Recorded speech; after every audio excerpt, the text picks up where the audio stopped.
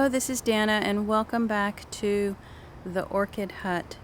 This is going to be another One Thing You Need to Know video about paying attention to the microclimates in your environment for light.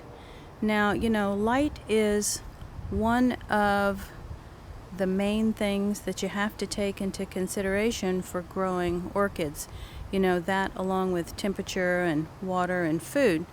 But light is a key component for being successful at growing orchids, especially when you begin to branch off into different genera of orchids besides, the Phalaenopsis that can grow in a window inside your house.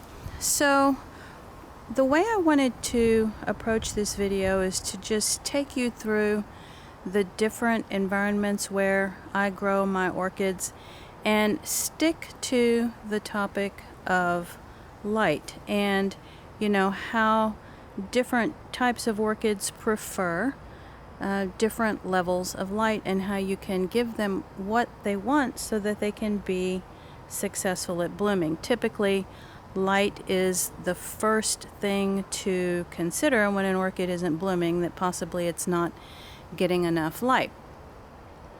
And one of the other things that prompted this video was a post that I saw in, I believe, some sort of orchid forum on Facebook, and the person was attempting to grow a variety of Cattleya orchids inside, maybe like a southeast facing window inside her home, and she was asking, well, why don't these ever bloom for me?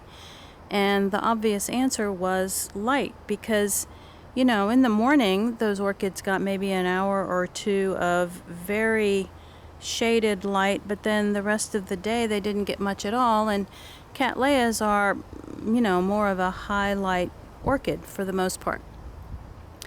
Now, the other thing I guess to kind of keep in mind as we go through this today, every orchid is different, and depending on the hybrid that it is or the species that it is, there could be variations, and you may have to sort of play around with it a bit to find its sweet spot for the perfect light that it wants to have. But we're just going to talk in generalities today, and I think for those of you too that know the conditions that I grow my orchids in, which is very hot and humid, you can get a feel for the type of light that these orchids will still tolerate in an environment that's pretty harsh during the growing season. Okay, so we're going to start with the highest light place that I grow my orchids, and that's outside during the growing season. And this is the new bench that I created just this year for certain types of my orchids. So let's kind of go through the ones that I'm growing here, and it's about 2:30 Central Standard Time, so you can see the dappled sunlight that these orchids are receiving. And it's very hot outside, so I may be keeping this video brief because it's about 103 right now Fahrenheit with a feels like of 115 in my area. Alright, so I primarily use this bench for my Cattleyas, species or hybrids that will tolerate higher light conditions. The Grammatophyllum is enjoying this particular area. And then also I have anything that's got like Brassivola in it, because those are also highlight orchids, and they have not been blooming well for me or at all in certain circumstances, so I have moved them to this higher light location and they have been doing just fine. You'll also see the Radiatus species orchid right here, perfectly okay in this dappled sun. And then on the grid at the back I have the Maxillaria tenuifolia, which enjoys brighter light and also a ton of water. So this area is in the morning sun starting about 8 a.m. and it's light similar to this from about 11 in the morning until about 3 in the afternoon, and then it begins to get a little bit more shaded as it gets closer to sunset. But you know, these orchids have really been thriving here this year, even though the growing conditions otherwise have been rather harsh as far as temperature goes. Okay, so this is area number 1 and the type of orchids that I grow in this area. Okay, next we're going to be moving on to my other outdoor growing space, and we'll talk about the light in that area. Okay, be right back. Okay, so the second area where I grow a lot of orchids outside is along the shelf on the, I guess you could say, southeast side of the Orchid Hut. It is under the canopy, just like the first growing area, but a bit more on the edge. And just because of how it's positioned, there is less light here, except for the far corner where you see the shade cloth hanging down. And as it begins to move into the fall season, there is just a little bit too much direct sun on the end of that shelf, so I do have to put up the shade cloth to keep those orchids on the end from getting sunburned as the sun gets the tiniest bit lower in the sky. Now, on this shelf, I grow a lot of my dendrobiums, the tolumnias, and both some Latoria type dendrobiums as well as Phalaenopsis type dendrobiums. I have my cymbidium on this shelf. I have some baskets hanging with vandas. Now, the vandas could probably actually tolerate the light that is more like in the first area that I showed you, but I just don't really have a place to hang them there right now. So, you know, if in the next year they don't bloom for me, I will definitely be considering that possibly they just aren't getting enough light hanging in this particular location. Now, you'll also see another Brassivola type right there in that clay pot, but because it is hanging and it's a bit higher up and it's on the edge, it does get more sun than the other orchids that are on the shelf. Okay, so again, this is a little bit less light. Cymbidiums, mostly all of the dendrobiums, the tolumnias, and I think that pretty much covers this area. During I would say during midsummer, the sun is high enough in the sky that I don't need the shade cloth. But when I first bring these out in the spring and then again late in the summer into fall, I do have to put that shade cloth up in the afternoon because the direct sun right there on the very end is just a little bit too much. Okay, moving on to the third area. Be right back. Okay, so now we are indoors, we're inside, and of course this is more of a intermediate type growing environment as far as temperature goes, because it's typically, I would say, 73 to 76 degrees Fahrenheit inside the house with central air conditioning, especially during the summer months for the growing season. And I do keep all of my Phalaenopsis orchids in the house mostly because of temperature conditions, but also the light is perfect for them in this particular Bay Area window.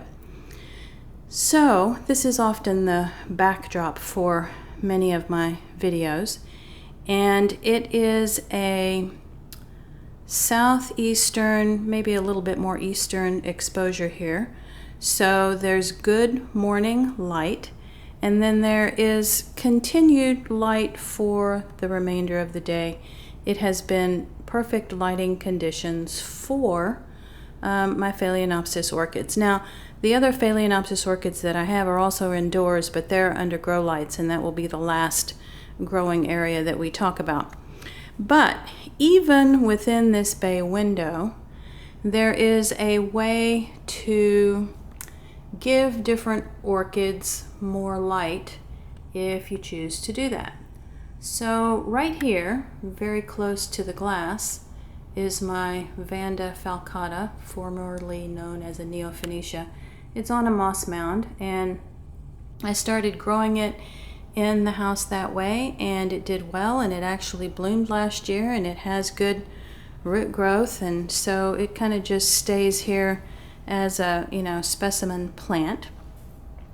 There are two Latoria type dendrobiums that are also growing closer to the glass. My other Latoria dendrobiums are outside on the shelf.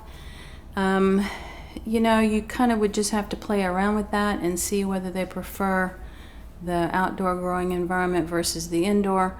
More Phalaenopsis. I have two, let me go on the other side of the sink faucet here. I have two really, really small Paphiopedilums here. And then, I don't think that was quite in focus. And then I have my really, really large Latoria type dendrobium, which has grown here for years and years and years. It is a big plant, it's tall, so it gets light from the top of the window all the way down, and it is also positioned a bit closer to the glass. And then some of the Phalaenopsis orchids are perfectly happy a little bit farther away from the glass. Okay, so this is the first indoor growing space, and you can adjust the light for intermediate growers inside by just positioning them a little bit closer to the glass. Okay, moving on now to the area with the grow lights. Okay, now the final growing place indoors, and the temperature is the same here for the most part as in the bay window area that I just showed you, but these Phalaenopsis orchids are under grow lights. They're sort of my overflow orchids. They don't all fit in the bay window, so they're here. I also have my two larger lady slipper orchids right here. And then right next door, a little bit farther away from the grow lights, because this is a shady grower, is my amazing Andrea, pretty in pink. And I also, in this growing space, have a small cool mist humidifier that I run on occasion to make the humidity just the tiniest bit higher in here for the lady slippers and that cool growing cloud forest orchid. I don't ever run that cool mist humidifier on watering day, so it's off right now because I did go through and water these orchids this morning for the ones that needed it, and I don't run it on that particular day because then it does tend to keep the environment maybe a little bit too wet. And then down here there's a little bit more overflow. I did have to bring my Oncidium orchids in, not so much because of a light reason, but because of a heat reason. There were some that seemed to be flagging a bit in the heat. So again, just more overflow of Phalaenopsis orchids here.